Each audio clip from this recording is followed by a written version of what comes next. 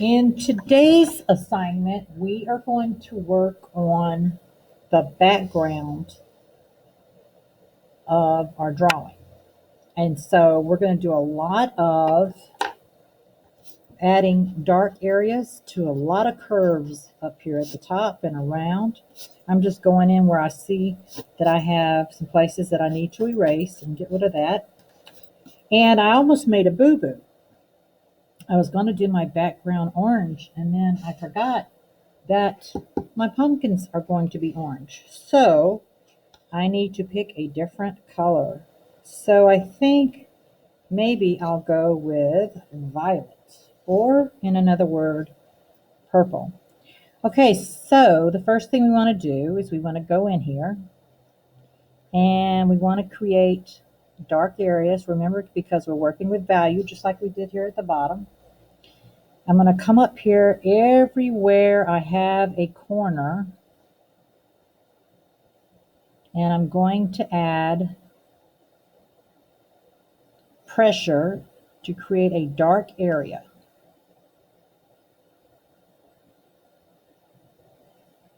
Now I'm not going to do it around here because it's a little kind of small area. And I'm not going to do it up here in the corners either. If you choose to do the corners of your drawing, that is fine.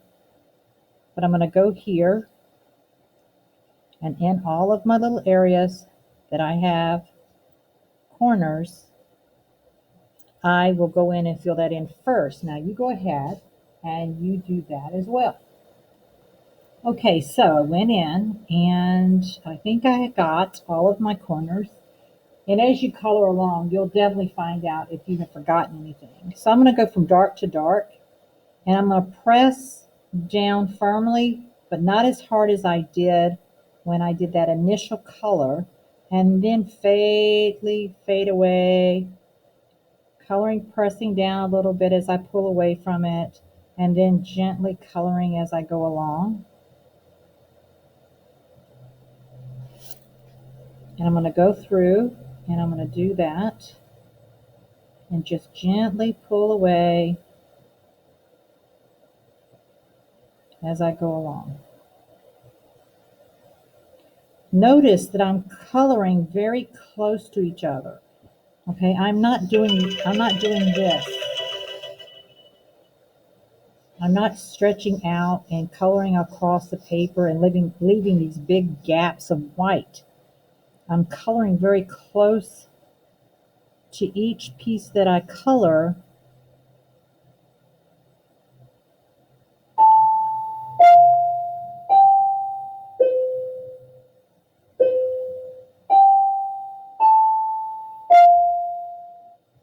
Okay, so what I mean by that is that I'm keeping my crayon close to what I colored before.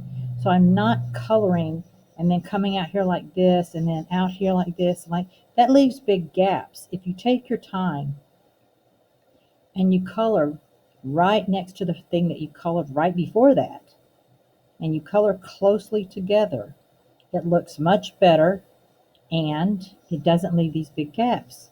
In fact, I count off for those big gaps. If I'm seeing a lot of white space like this, out like this, and I see all this white space, then I'm going to count off for that.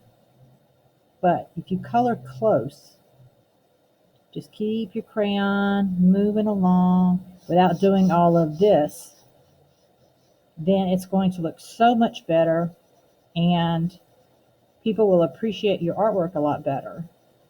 When you don't take time to do it the right way, it doesn't look as good and the craftsmanship is poor. And so I do grade on craftsmanship if you're taking your time, if you're trying your best to make it nice and neat. I grade for all of that. Okay, so I'm going to take a break, and when I come back, I'll show you my finished product, and you keep working on yours. Okay, so I have gone in.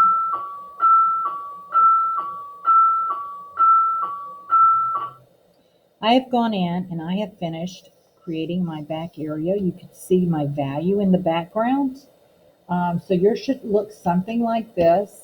And you should have the pumpkins left to do, and we'll work on that also, but not today.